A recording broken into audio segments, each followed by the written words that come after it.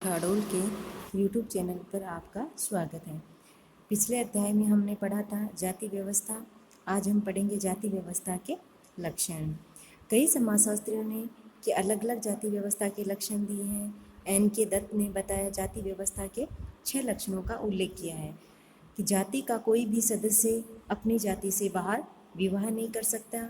दूसरी विशेषता इन्होंने ये बताई कि प्रत्येक जाति में भोजन और खान पान संबंधी कुछ न कुछ प्रतिबंध अवश्य होते जो उसके सदस्यों को अपनी जाति से बाहर भोजन करने पर रोक लगाते हैं और ये प्रतिबंध प्रत्येक जाति पर लागू होते हैं।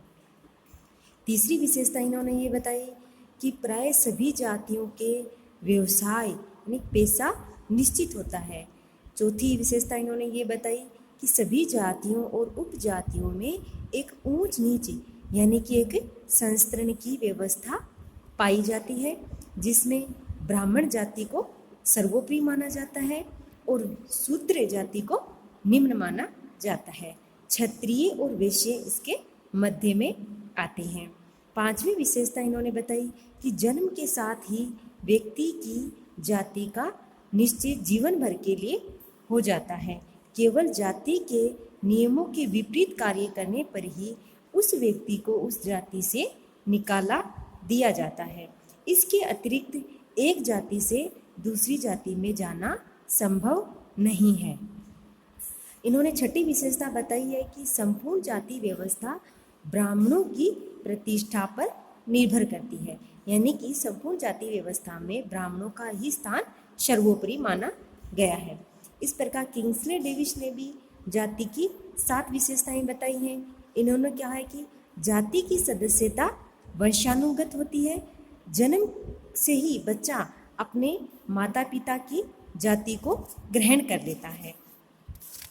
इसके बाद में इन्होंने दूसरी विशेषता बताई है कि जाति की सदस्यता जन्मजात होती है, अर्थात कोई भी व्यक्ति किसी भी प्रयास के द्वारा, जैसे वो अच्छे कार्यों से या विवाह के द्वारा कपट वेश धारण करके या अन्य अपने किसी भी प्रयास या कौशल के द्वारा वह अपनी जाति को किसी भी कंडीशन में नहीं बदल सकता। हमेशा वह अपनी जाति का सदस्य बना रहता है। तीसरी विशेषता इन्होंने बताई है कि जाति अंतर्विवाही समूह है, अर्थात जीवन साथी का चुनाव सजातीय विवाही होता है।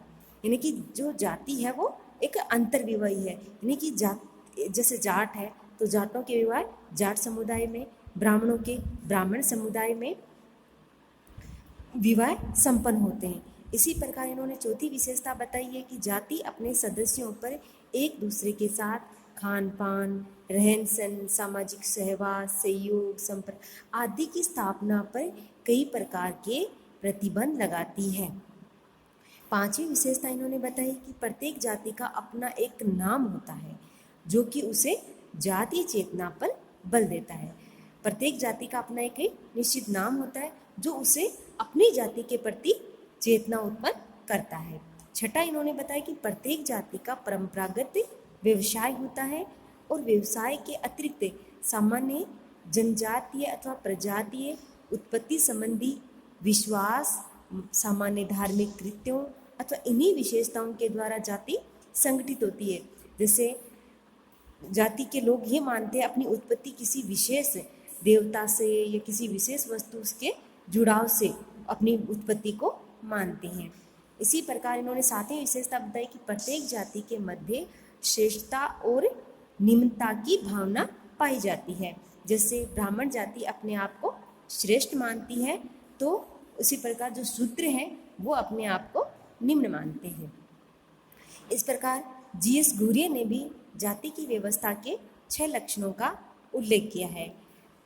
पहला इन्होंने बताया समाज का खंडात्मक विभाजन, दूसरा संस्तरण ऊंच नीच की भावना, तीसरा इन्होंने बताया कि भोजन व सामाजिक व्यवहार का नियंत्रण, यानी कि जाति के सदस्यों में अपनी जाति के सदस्यों में भोजन और सामाजिक सेवा संबंधी निर्योग्यता या निषेधाधिकार पाए जाते हैं। चौथी विशेषता इन्होंने बताई विभिन्न उपजातियों की नागरिक तथा धार्मिक योग्यताएं एवं विशेषाधिकार। पांचवी इन्होंने बताई कि निर्बाध व्यवसाय के चुनाव का अभाव होता है। व्यक्ति जिस जाति में जन्म लेता है वह उस जाति के पेशे को अपनाता है, उसे स्वतंत्र रूप से अपना व्यवसाय चुनने का अधिकार नहीं होता है। इसी प्रकार इन्होंने छठा विशेषता बताई, विवाह पर नियंत्रण। जाति अंतर्विवाही होती है और जातियों में एक जाति के लोगों का विवाह अपनी ही जाति के लोगों में किया जाता है। इस प्रकार भारतीय समाज का खंडात्मक विभाजन हम पढ़ेंगे जाति की संरचनात्मक और सांस्कृतिक रूप में। भारतीय समाज का खंडात्मक विभाजन, जाति व्यवस्था से भारतीय समाज अन्य खंडों में विभाजित हो गया है और ये विभाजन सूक्ष्म रूप में हुआ है। प्रत्येक खंड के सदस्यों की स्थिति तथा उनकी भूमिका सुस्पष्ट एवं सुनिश्चित रूप से इसमें परिभाषित की गई है। घुरिये ने इसे सबसे महत्वपूर्ण विशेषता माना है। अनेक शब्दों में जैसे इसका तात्पर्य ये कि जाति की व्यवस्था द्वारा बंधे समाज हमारी भावना भी सीमित होती है। सामुदायिक भावना संपूर्ण मनुष्य समाज के प्रति न होकर के केवल जाति के सदस्यों तक ही सीमित होती है तथा जातिगत आधार पर सदस्यों को प्राथमिकता दी जाती है। इस प्रकार ये विभाजन एक नैतिक नियम है और प्रत्येक सदस्य इसके प्रति सचेत होता है। ये उन्हें अपने कर्तव्य का ज्ञान कराता है जिसके आधार पर वे अपने पद और कार्यों में दृढ़ होते हैं। साधारणतः कर्तव्य पालन न करने पर जाति से उन्हें निष्कासन की व्यवस्था होती है और आर्थिक दंड भी दिया जाता है। दूसरी विशेषता ऊंच नीच की परंपरा अथवा संस्करण, हायरार्की। जाति व्यवस्था में ऊंच नीच की परंपरा स्थापित होती है जिसमें ब्राह्मणों का स्थान सदैव सर्वोच्च रहा है और शूद्रों का स्थान सदैव निम्न रहा है।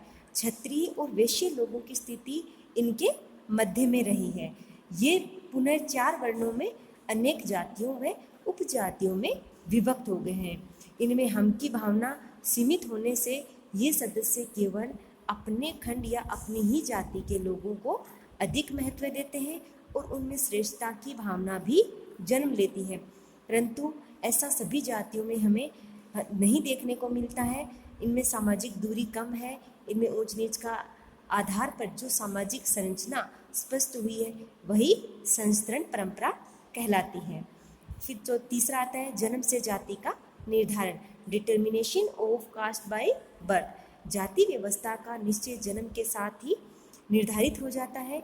व्यक्ति जिस जाति में जन्म लेता है उसी जाति समूह में वह जीवन पर्यंत रहता है।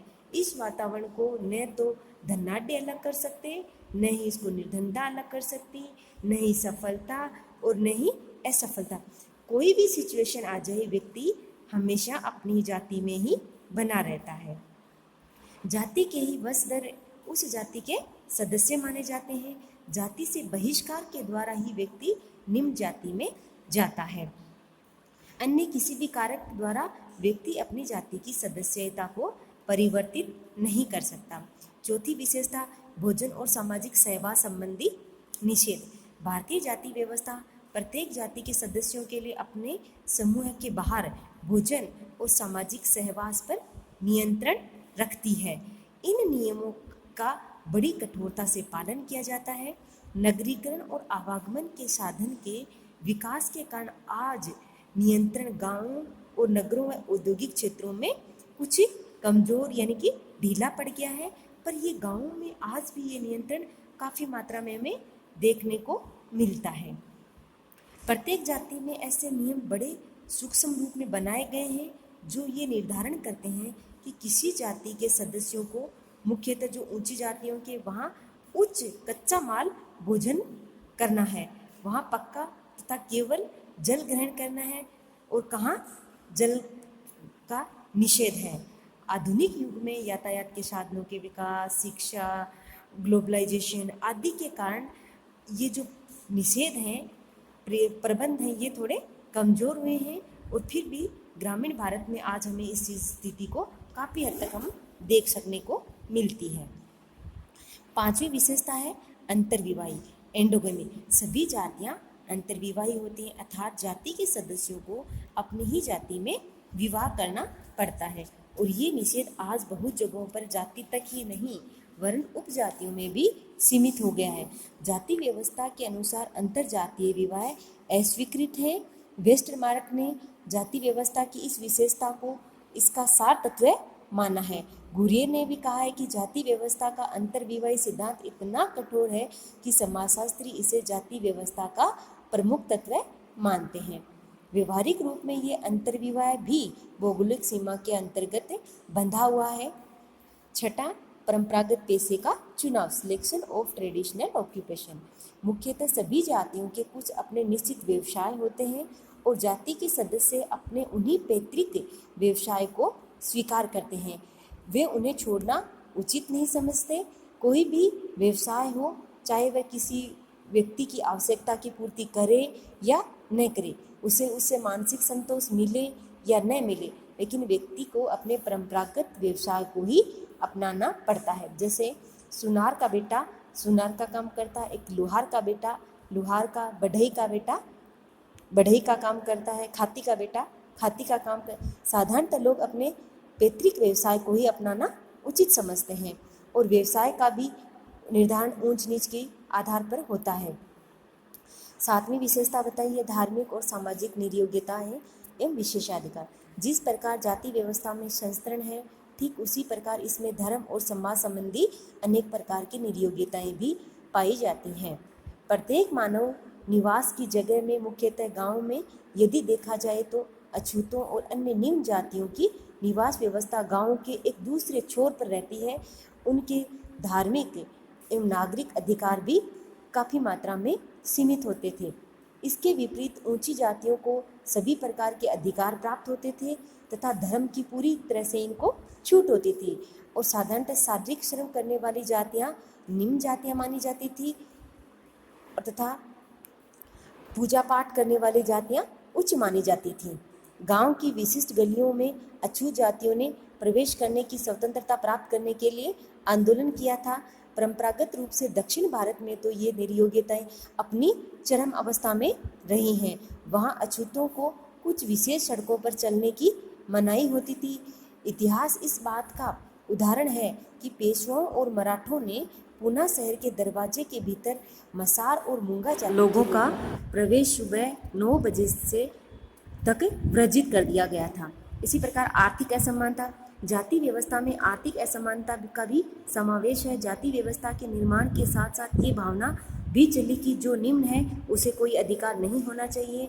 निम्न जाति के कार्य, चाहे वह जीवन यापन के लिए कितने ही उपयोगी क्यों न हो, मूल्यों की दृष्टि से उन्हें हीन ही समझा जाता रहा है। इस प्रकार उनकी आय, संपत्ति और सांस्कृतिक उपलब्धियां भी कम रही हैं। उनकी शिक्षा दीक्षा आदि का हमेशा से अभाव रहा है।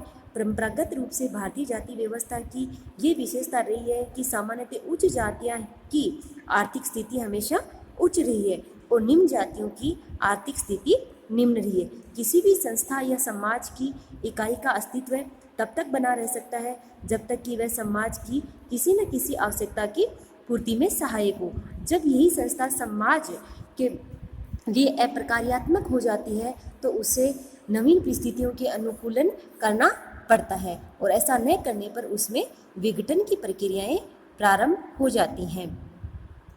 कई बार परिवर्तन की नवीन शक्तियां उपयोगी संस्थाओं व इकाइयों में भी ऐसे अवगुण भर देती हैं कि उनका अस्तित्व खतरे में पड़ जाता है। क्या जाति व्यवस्था में हो रहे परिवर्तनों के परिणाम स्वरूप जाति व्यवस्था समाप्त हो रही है?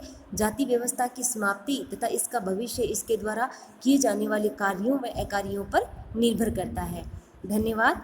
आगे के अध्याय में हम पढ़ेंगे अस्पृश्यता, सामाजिक असमता का एक ऐत्यांतिक स्वरूप। धन्यवाद।